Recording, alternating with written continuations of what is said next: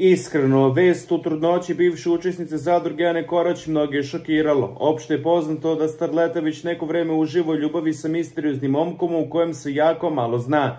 Vest da je popularna starleta Ana Korać je ušla u 4. mesec i ženju iščekuje bebu, sve je šokiralo. Sada se povodom njene trudnoće glasila Tijana iPhone koja je u svom maniru prokomentarisala starletinu trudnoću.